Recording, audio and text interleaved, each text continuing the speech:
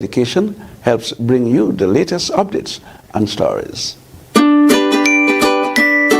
At Palette Pleasure, located Ogier Vieux Fort, we take pride in our ability to cater to a wide range of events and occasions, whether it's a joyous celebration like a birthday, anniversary, wedding, or graduation, or a more somber gathering such as a funeral or first communion. We are dedicated to providing exquisite culinary offerings to suit each unique event.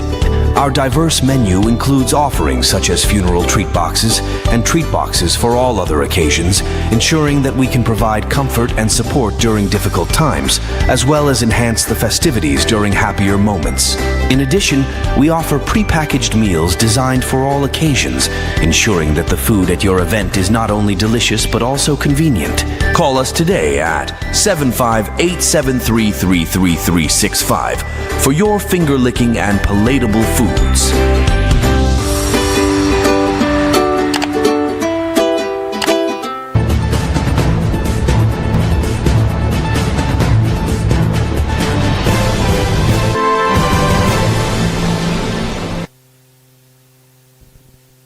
As part of the crime-fighting efforts, the Royal St. Lucia Police Force has issued a progress report on the first quarter of 2024. The RSLPF is highlighting several successes in their community policing campaign, which they credit with enabling the recovery of several illicit items. We have the details in this report. The Royal St. Lucia Police Force continues to make advancements in its crime reduction and prevention efforts. Strategies directed by Commissioner of Police Cressida Descat-Pelleus included increased community engagement, intelligence-driven policing, stakeholder participation, streamlined patrols, increased operations, and public sensitization. These initiatives continue to increase the effectiveness of the organization. This has materialized in the form of increased captures of suspects at large, continued firearm recoveries, increased operations to include searches and traffic checkpoints, and increased arrests and subsequent charging of serious crime offenders, particularly homicides. The continued partnership between the police and the public is at the forefront of Commissioner Pelleus's agenda, as she articulated during a press conference at the commencement of 2024. Anyone with information which can be critical to the resolution of or prevention of a crime is encouraged to contact the nearest police station, the crime hotline at 555, or the Crime Hotline app on Google Play Store. A venture which seeks to increase vocational training opportunities for marginalized youth in St. Lucia has led to the construction of a catering and hospitality facility in Cul-de-sac Center for Adolescent Renewal and Education, CARE, through the Government of India and the International Labour Organization, the ILO. Chris Satney reports on a recent plaque unveiling ceremony. Let me take this back again. Chris Satney reports on a recent plaque. Why pay full price for your mobile when you can pay half? Just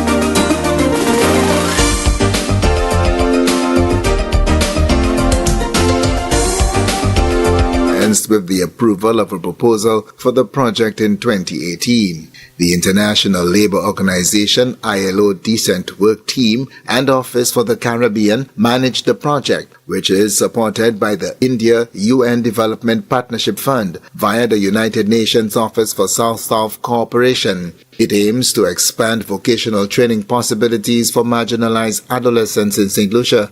At a recently held ceremony, a plaque was unveiled by Education Minister Honorable Sean Edward and His Excellency Dr. Shankar Balachandran, India's High Commissioner to Barbados, St. Lucia and St. Vincent and the Grenadines. The project expects to achieve sustainable development goals, including no poverty, quality education, and decent work and economic growth.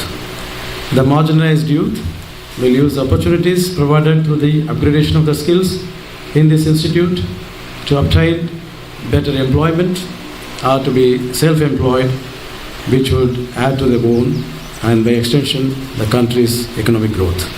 Education Minister Honorable Sean Edward meantime expressed the ministry's gratitude to the government and the people of India for the new facility, stating that the support received through the project will contribute to the government's efforts to reform the national education landscape and foster the advancement of technical and vocational education and training, or TVET, in St. Lucia. Any investment in the education and development of our youth is an investment in the development and sustainability of our country. This is a core belief of the Philip J. Pierre administration, and it is based on this principle that we continue to pursue avenues to advance youth development and education. CARE's Executive Director Kalin Mason says through the project, CARE will receive a much-needed facility to house their most highly subscribed to skill program, catering and hospitality. She says the institution has come a long way since it was founded in 1993 by Irish presentation brother Dominic Brunnock. And so, Your Excellency, it is with much gratitude that on behalf of the CARE family, particularly the Board of Directors, the management, staff and trainees, that I thank you, through you, the government and people of India, for being the catalyst in making Brother Dominic's vision come to fruition. MP for Castries Southeast Joachim Henry, whilst commending the kind gesture from the Government of India, says the facility and further collaboration with CARE will complement other plans within the area for the development of young people, including a new youth service center within the community. And of course, I know that the new youth service center that will be placed across the road in Cul-de-sac, replacing the Boys Training Center, the Uptown Girls Center, as well as the Center for Young Leaders, will collaborate with CARE so that the limited training that we have can be augmented and our young people can receive far more of the menu of services that CARE provides. The Center for Adolescent Renewal and Education, CARE, on April 26th, celebrates 31 years of operation since the Presentation Brothers established the institution to help rescue marginalized students, mainly those who had dropped out of school. From the Communications Unit of the Department of Education, Innovation and Vocational Training, I am Chris Satney reporting. The Northern Division and the Special Services Unit, SSU, of the Royal St. Lucia Police Force conducted a joint operation about 8:40 p.m. on Tuesday, April 23, 2024, in Over the Bridge, Dennery. The operation included patrols and the execution of warrants to search for property. We hear more in this report. During the execution of a search warrant, officers recovered one Glock pistol with an auto say, 2 extended magazines with 18 40mm rounds of ammunition, a 33-year-old male and a 24-year-old male were arrested within the dwelling. They remain in police custody pending charges.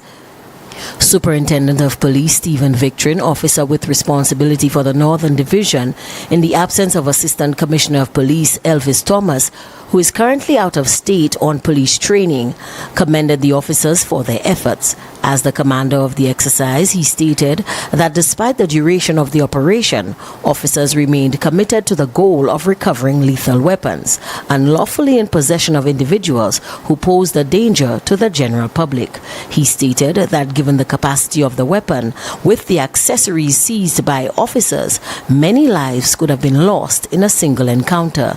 He indicated that incidents like the violence which occurred during the Dennery Carnival in July of 2023, evidence of the impact of such dangerous weapons, should never reoccur, and such seizures reduce the likelihood. He encouraged members of the public to continue working alongside the police to rid our island of illegal weapons, as their cooperation is not only critical, but success is nearly impossible without. The details of these stories and more are coming up in the GVD TV nightly newscast at 7 p.m. This has been the GVD News on the Hour. See you at 7.